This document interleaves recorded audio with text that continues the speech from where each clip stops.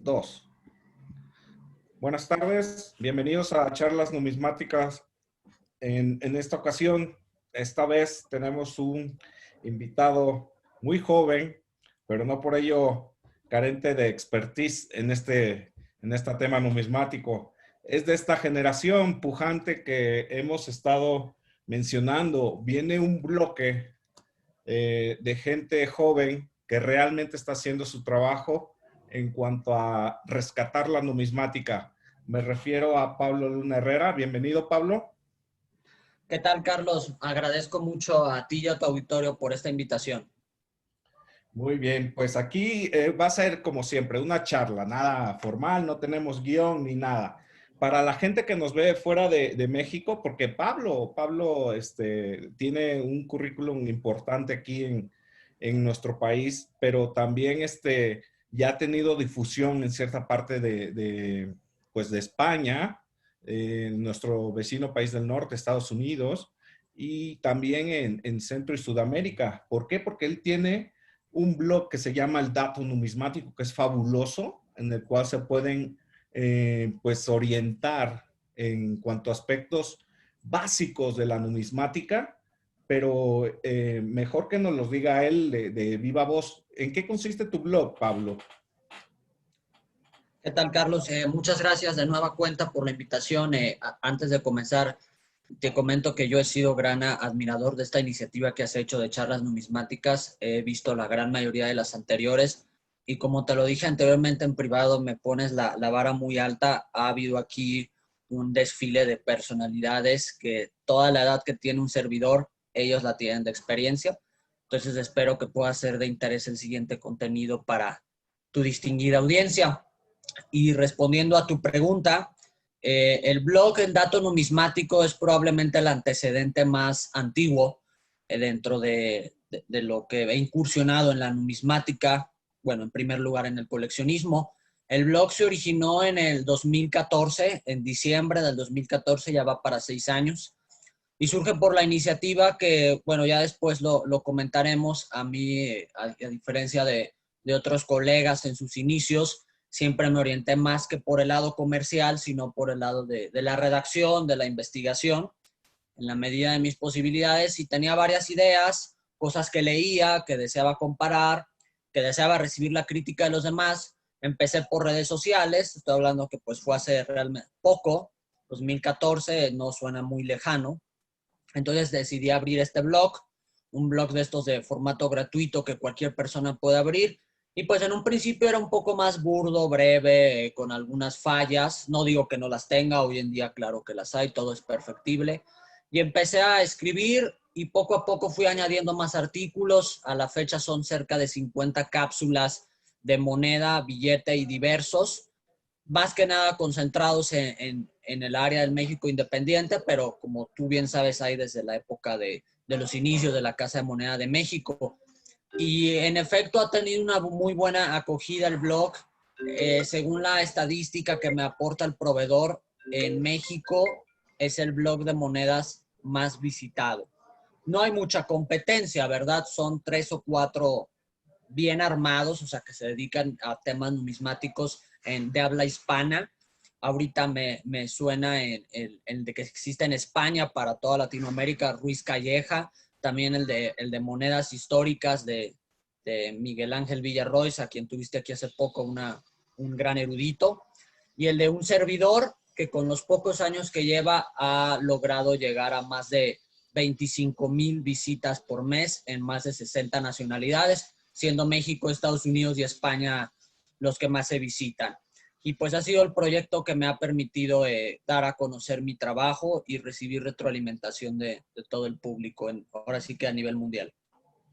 Pues mira, me acabas de dar la razón de por qué estás aquí sentado precisamente en una charla numismática. Con todo esto que acabas de mencionar, obviamente tenías que estar aquí con nosotros, Pablo. Pero me voy a ir un poquito más allá, Pablo.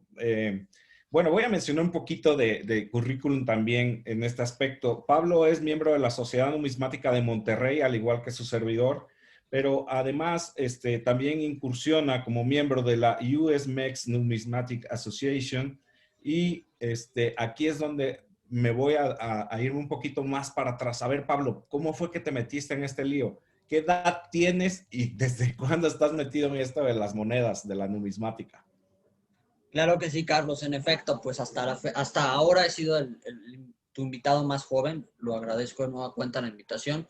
Un servidor, yo nací en Torreón, Coahuila, y a diferencia de varios grandes coleccionistas, yo me topé con las desventajas que puede ser iniciar en la numismática en provincia. Yo en Torreón, Coahuila, y posteriormente por motivos laborales de mi padre, nos movimos a Durango, Durango, y ya en la adolescencia pues hice mis estudios universitarios en Monterrey, Nuevo León. Entonces, yo empecé alrededor del 2006, 8, 9 años. Recuerdo que fue mi bisabuela, que en paz descanse, a través de mi padre, me obsequian un jarro de esos grandes de conservas de frutas de vidrio, lleno de monedas diversas. O sea, no sabían cuántas piezas había ni qué tipo de moneda o nación era.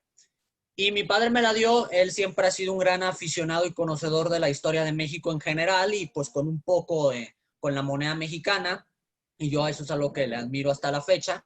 Entonces me dio el frasco. Yo te estoy hablando que tenía 8, 9 años.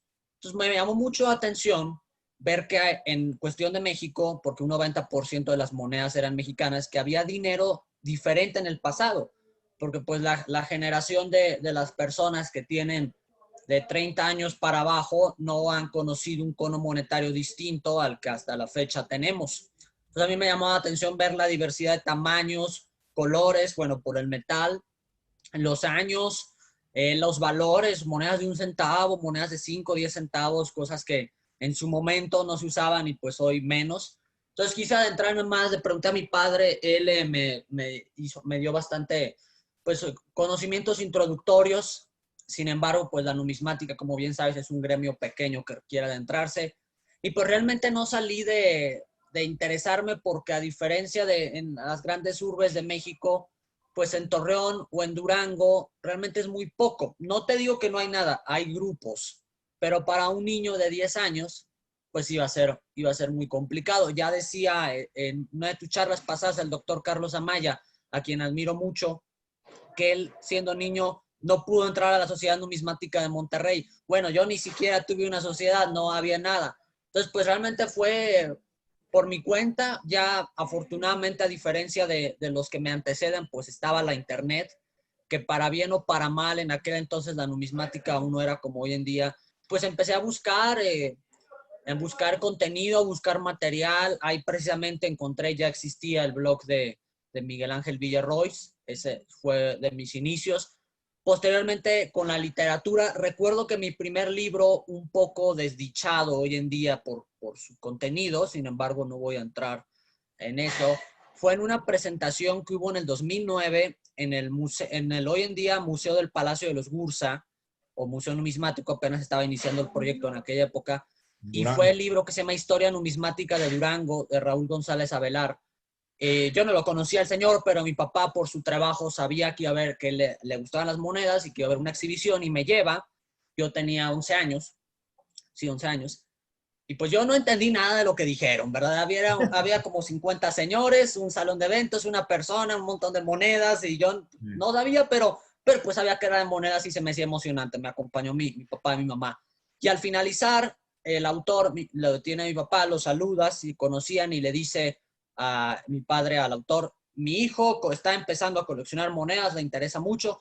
Y recuerdo un gesto muy amable que tuvo el autor. No es, desgraciadamente no he tenido más contacto con el señor a más de una década de distancia. Donde quiera que esté, le mando un saludo. Y el señor dijo, tomó un libro: ¿cómo te llamas? A Pablo Luna. Me lo firmó y me lo obsequió. No hubo más, fue un 10, 15 segundos y yo me quedé así. Y pues llegué a casa, lo leí, pero pues por más que lo leí, deja tú las imágenes, había vocabulario que pues desconocía plenamente, y era un libro que requería cierta especialidad. Esos fueron los inicios en provincia. O sea, ahí no había sociedades, no había, o clubs muy pequeños que desconocí en su momento, no había mercaditos que podías ir. Entonces, pues más que nada en pañales, aquí en el área norte de México. Fue realmente hasta llegar a Monterrey, cuando tuve los primeros acercamientos. No te digo que no adquirí literatura y monedas a través de, en su momento, las páginas de clasificados de compra-venta. Recuerdo que mi segundo libro fue el famoso Coin and Prices del 2011, aún lo tengo. Entonces, poco a poco, pero yo diría que ha sido pues desde 2013, 2014, cuando pude dar más a conocer mi trabajo y sobre todo adquirir conocimientos. No, pues mira, muy bien el camino y aquí pues el golpe fuerte, ¿no? Fue ese libro, el tino de tu señor padre de encauzarte, de decirte, ok, te llama la atención esto, te voy a apoyar y llevarte a este tipo de eventos que resultan, o sea, muy raro que se lleve un niño a este tipo de eventos, pero que ahora vemos, o sea, afortunadamente, que las sociedades, las agrupaciones cada vez están recibiendo más niños, ¿no? Más adolescentes en esto. Pero en ese entonces, como tú lo destacas, pues era rarísimo, ¿no? El caso excepcional, el que acabas de mencionar, el de Carlitos Amaya, en el sentido que nos narró en la charla numismática y que ahora tú lo haces tuyo, pero sobre todo esto, ¿no? Que un autor de un libro que te haya dedicado así de viva voz y de primera mano esto, que en su momento no lo entendiste como tal, sino simplemente te impactó, pero que ahora reconoces y agradeces como tal. Y ahora que mencionas libros, Pablo, pues a ver, vamos a hacer un comercial. Este fue el primer libro de Pablo Luna Herrera, Las pruebas de la moneda mexicana del siglo XX, historia, ensayos y modelos. Incluso por aquí les voy a presumir, tiene una dedicatoria a su servidor por parte del autor. Muchas Con gracias, mucho Pablo. aprecio, Carlos. Gracias, te agradezco. Cuéntanos un poquito de tu primer libro. Claro. Pequeño también comercial del comercial, al que quiera adentrarse más en este tema, ya que por motivos de tiempo no puedo ser tan detallado, hay una conferencia en YouTube que se llama Hablemos de Pruebas, y ahí menciono a manera más detallada la primera y la segunda edición, al que desee saber más de esto. Respondiendo a tu pregunta de manera más somera, pues es un poco complicado las ciudades por las que he pasado, derivado de la trayectoria profesional de mi padre. Nos hemos movido en familia. Yo tengo a mis dos padres y a mis dos hermanas, quien estoy seguro que verán esto y les envío un abrazo. Y estuve en Ciudad Victoria, Tamaulipas, durante 2 años antes de iniciar los estudios profesionales en Monterrey, Nuevo León. Y en Ciudad Victoria, pues realmente por la modalidad de estudios que tuve, tenía bastante tiempo libre, y ahí fue cuando yo creo que el semillero del amor por la investigación, porque tú ya has escuchado estos orígenes. Estuve muy alejado de lo que fue el área comercial, o sea, no interactué con ningún comerciante profesional, entonces pues no iba a comprar y vender. ¿Qué me quedaba? Pues leer y escribir, de manera distinta a como ha sido otras personas.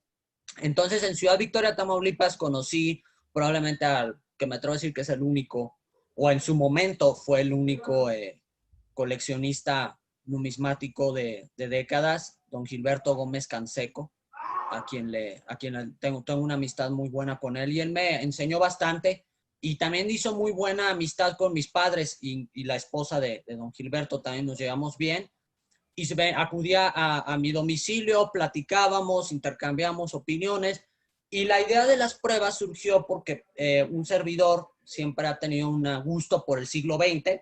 Tengo monedas de otras épocas, sin embargo el siglo XX siempre ha sido del que más me llama la atención. Es un área diversa que, al igual que las otras, merece bastante estudio. Aquí voy a hacer una Y pausa. Voy a, perdón, sí. voy a hacer una pausa. Sí me gustaría precisar que muchos de nosotros, coleccionistas, no numismáticos, coleccionistas como tal, mencionan colección siglo XX y nos viene a la mente pues el cono monetario actual circulante que todavía está, y un poquito más para atrás, ¿no? Monedas de los 90, de los 80, que ya vemos muy poco, pero o sea, alcanzamos a ver nuevos pesos que todavía circulan, ¿no? Y que muchos dicen, ay, mira, me encontré un garbanzo de libra, uno de nuevos pesos con centro de plata en el circulante. Pero aquí nos vamos a precisar en esta parte del libro que menciona Pablo, las pruebas de la moneda del siglo XX. Y aquí es donde te devuelvo la palabra, Pablo. Gracias, Carlos. como te comentaba, después de tu oportuna y adecuada precisión, siempre, yo no colecciono pruebas, no por eso digo que no se coleccionen, al contrario, pero siempre me llamó la atención este misterio, porque, ejemplo, veía yo en los catálogos, en los libros de monedas, pues, oye, quiero tener el 5 pesos Hidalgo grande de Laurel, tenía el del 51, 52, 53, después del 54, una pieza un poco más costosa, y veo que hay uno del 50, pero con el laurel completo alrededor del busto de Hidalgo. Entonces digo, ¿qué es esa moneda? ¿Por qué existe y por qué no se acuñó? Por decirte solo un ejemplo, también está la onza del 47, por mencionarte otra prueba popular, o el cachetón del 36, que yo dije, pero si el cachetón surge en el 47, 11 años de diferencia, ¿qué pasó ahí? Entonces, pues, muy relacionado al blog que te comentaba minutos atrás, yo dije, voy a escribir un artículo de esto. Ya para esta fecha, 2015, finales del 14, principios del 15, el blog ya tenía unos cuantos meses. Entonces dije, bueno, primero vamos a recopilar información, preguntar por aquí y por allá. Entonces, pues empecé a lo largo del finales del 14 y a lo largo de todo el 2015 una investigación.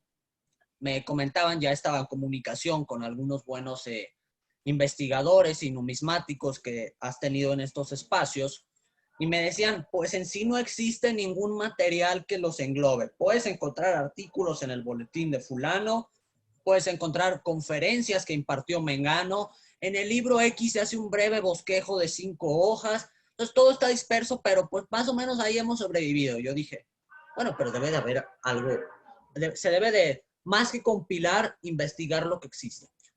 Entonces, para no hacerte la historia larga, yo quería hacer un artículo de eso. Sin embargo, cuando acabé los primeros, después de 6 meses de investigación, a lo rápido, veo en el procesador de textos de la computadora que ya llevo más de 40 cuartillas.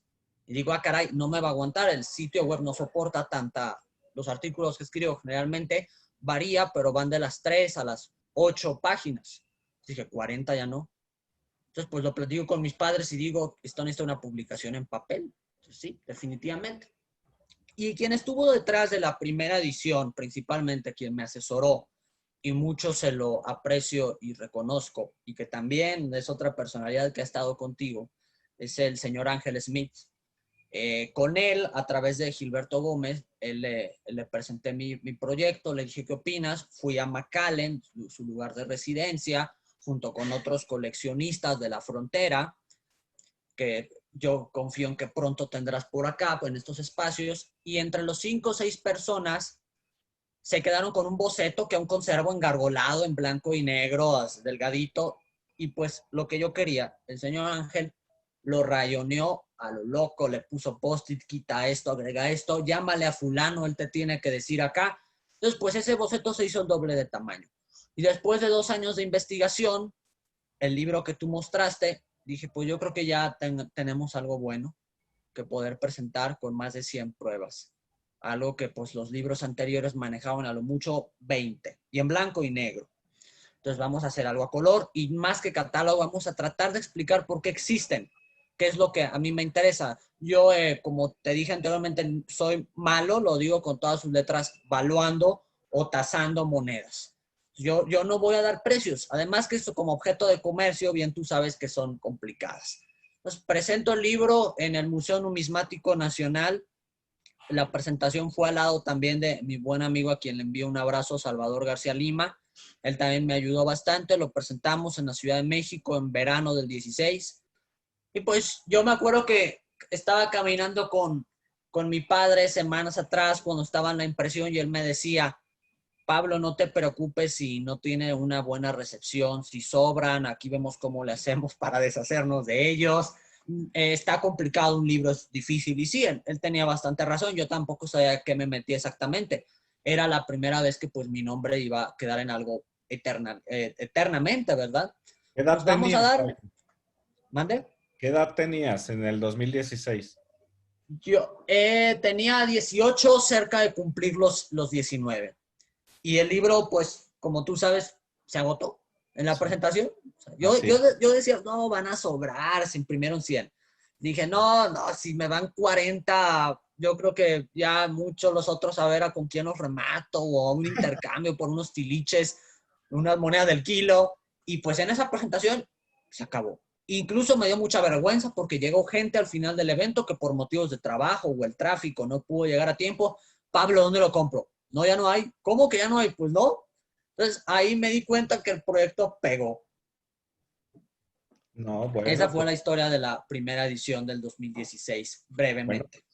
pues a partir de esta breve referencia, breve premisa que acabas de decir de cómo fue que se fue gestando este libro a tan corta edad tuya y que es muy aplaudible, quiero hacer un paréntesis aquí para mandarles un saludo a la gente que acabas de mencionar. Ángel Smith es uno de ellos. Ángel, como tú lo citaste, ha estado aquí ya en charlas numismáticas. Ángel tiene un espíritu didáctico enorme, enorme, el cual hay que aprovecharlo en este tipo de espacios y por lo mismo ya está comprometido para otra charla numismática. Y Gilberto Gómez Canseco también es un amigo en común.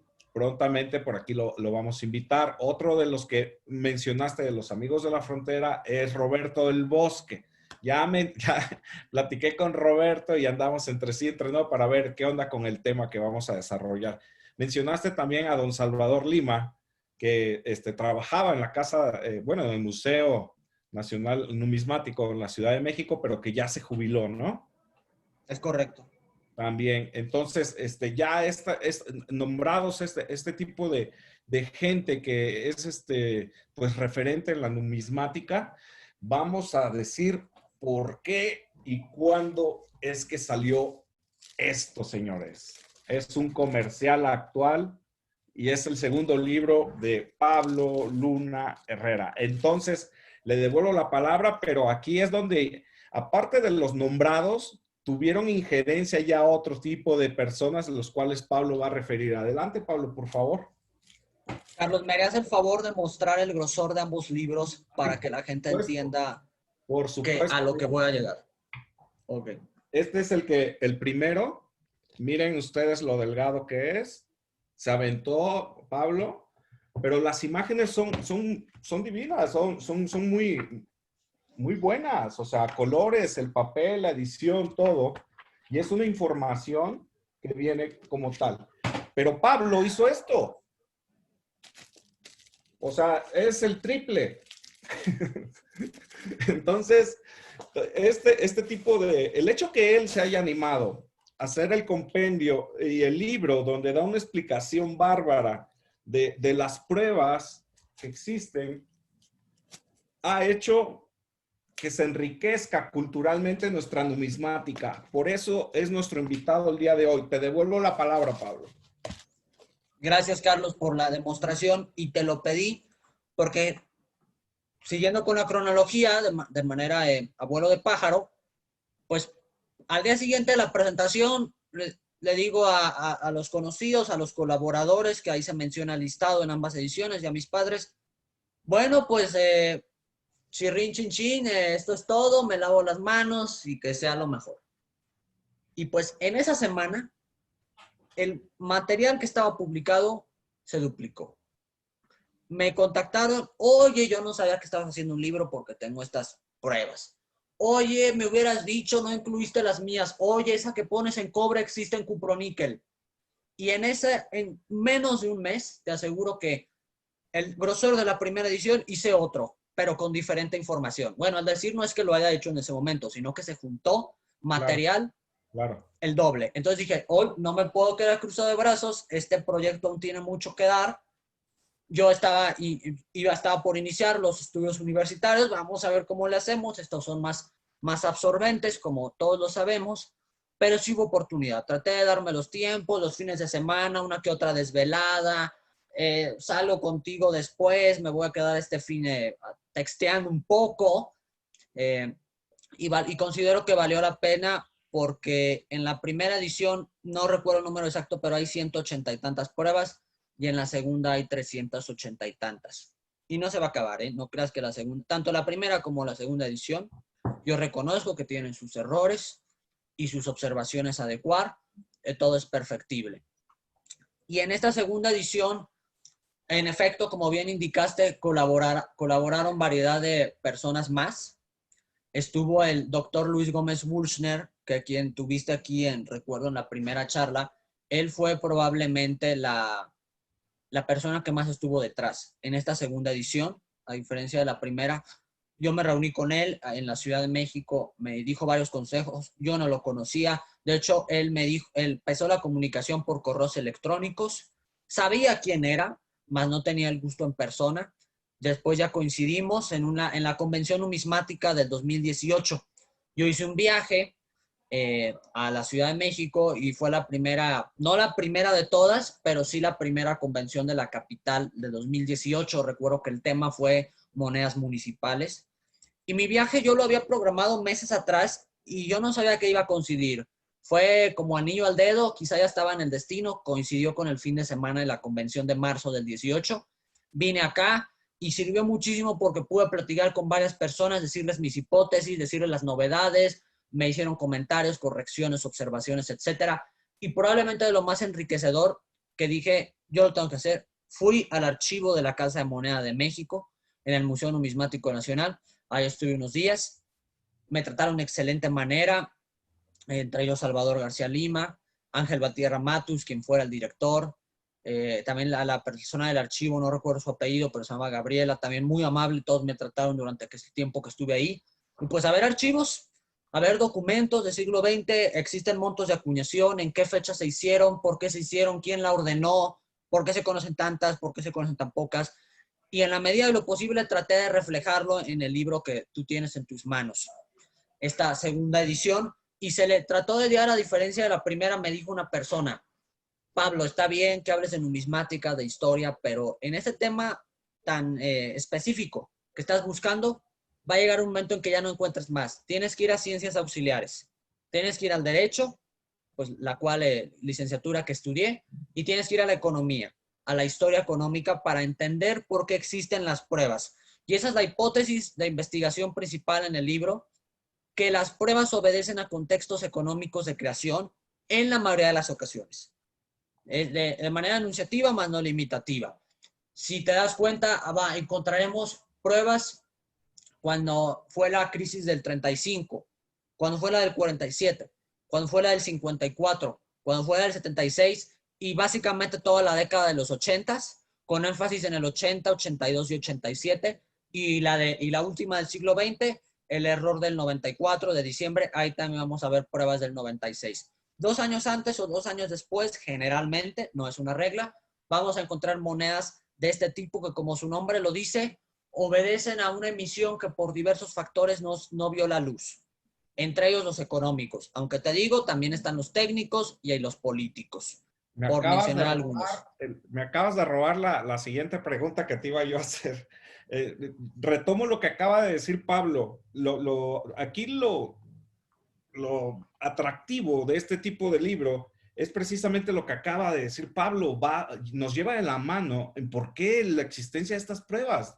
No nada más de que alguien fue un antojo de, ay, mira, quiero una, que traiga el busto de Morelos y que se vea. Desgraciadamente sí hay como las dices, ¿eh? Sí, sí la hay, pero también aquí, Pablo, o sea, el sustento legal que acabas de citar en cuanto a los desfases económicos que ha pasado, pues no nuestra nación, incluso el mundo entero, ¿no? Pero aquí lo aterrizas a la moneda nacional, dio pauta a este tipo de pruebas, pero también, o sea, lo que te decía yo ahorita, acabas de decir, las pruebas que no llegaron al metal. Fíjate que este es un contexto novedoso y totalmente, pues de aplaudirse, Pablo. Te devuelvo la voz.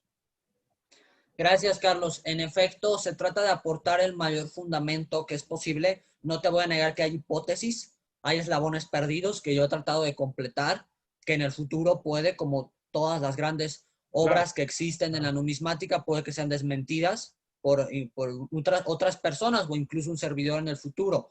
Pero traté de meterme a decretos, la mayoría, como es siglo XX, a diferencia de otras áreas de investigación, sí se conserva la mayor parte de los archivos. No hubo movimientos bélicos considerables, a excepción pues del 5 al 10, pero hay menos de una docena de pruebas previas a la revolución. Que por cierto, revolución no, como no es parte, numismáticamente hablando, del siglo XX como tal, es las pruebas que existen de revolución, esas no se consideran en el libro. Importante aclaratoria. Te decía, decretos, iniciativas de ley, comunicaciones de gobierno, documentos internos de la Casa de Moneda y claro, también desde libros, bibliografía, bastante que se consultó, artículos, pero yo considero que junto con la fuente documental, lo más valioso fueron los colaboradores. Se me olvidó mencionar un nombre en la primera edición que también estuvo presente en la segunda edición, porque te voy a decir algo, Carlos, que yo creo que tú también como investigador que eres, con las estupendas cápsulas que haces, que soy asiduo lector de las mismas, no me dejarás mentir. Cuando llega una persona que no es conocida mucho en el gremio numismático y llega y te dice, oye, voy a hacer un libro de pruebas, las monedas más raras que pueda haber, oye, yo sé que tú coleccionas, ¿me das fotos de tus piezas? 9 de cada 10 personas van a decir, no, y este de dónde salió.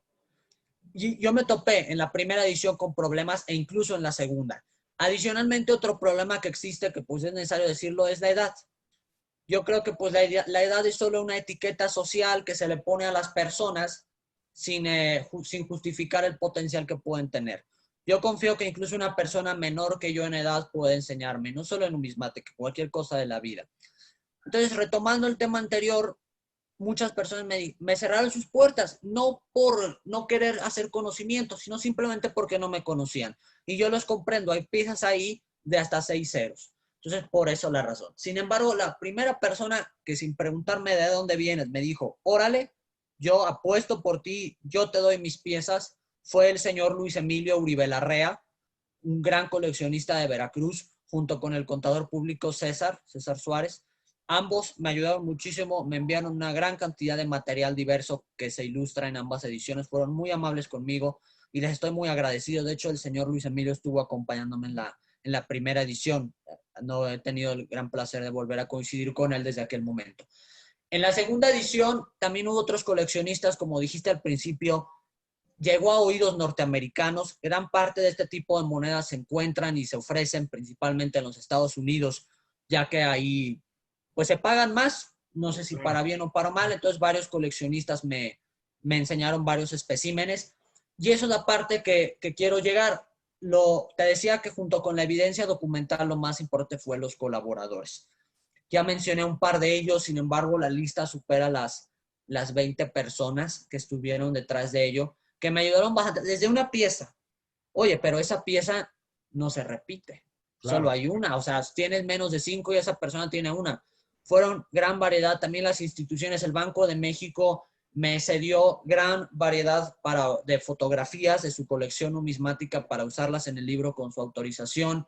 Recuerdo que también mucho ayudaron de parte del Banco de México, Juan Cristóbal Díaz Negrete y Marina Salcedo, también a quien les envío un saludo, un afectuoso saludo. De Casa de Moneda, ya los mencioné, también hubo también incluso en la Cámara de Diputados me facilitaron información de las iniciativas. En fin, yo considero que estos trabajos no se pueden hacer solos, tienen que ser en equipo para lograr un buen material para que el lector lo pueda disfrutar. Y mientras más personas, mejor, considero yo, desde esta perspectiva.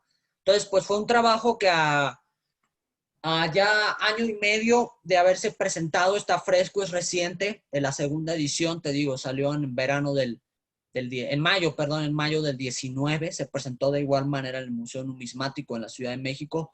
He recibido buenos comentarios, aunque también estoy al tanto de los errores que hay ahí y de las correcciones que se tienen que hacer.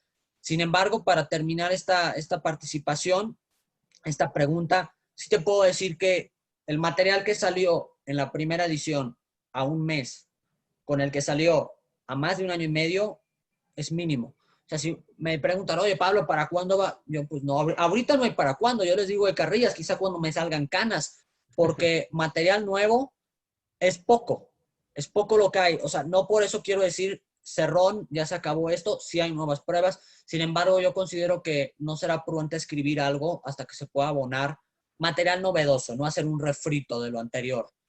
Claro. Entonces, pues básicamente esta fue este lustro ya de investigaciones que se dice poco, pero le he metido bastante tiempo, cariño y pasión. No, pero es un esfuerzo que está recompensado precisamente con este trabajo. y con el reconocimiento, Pablo, porque abundaste en una temática en la cual solamente era pues abordada de manera somera, o sea, muy, muy por encimita. Nadie se aventaba el clavado que te acabas de dar y al ver varios compañeros que te animaste, viendo tu ímpetu y la premisa que dije al inicio de esta charla numismática, eres de esta nueva generación de jóvenes, o sea, que van empujando a la numismática como tal, rescatándola como tal.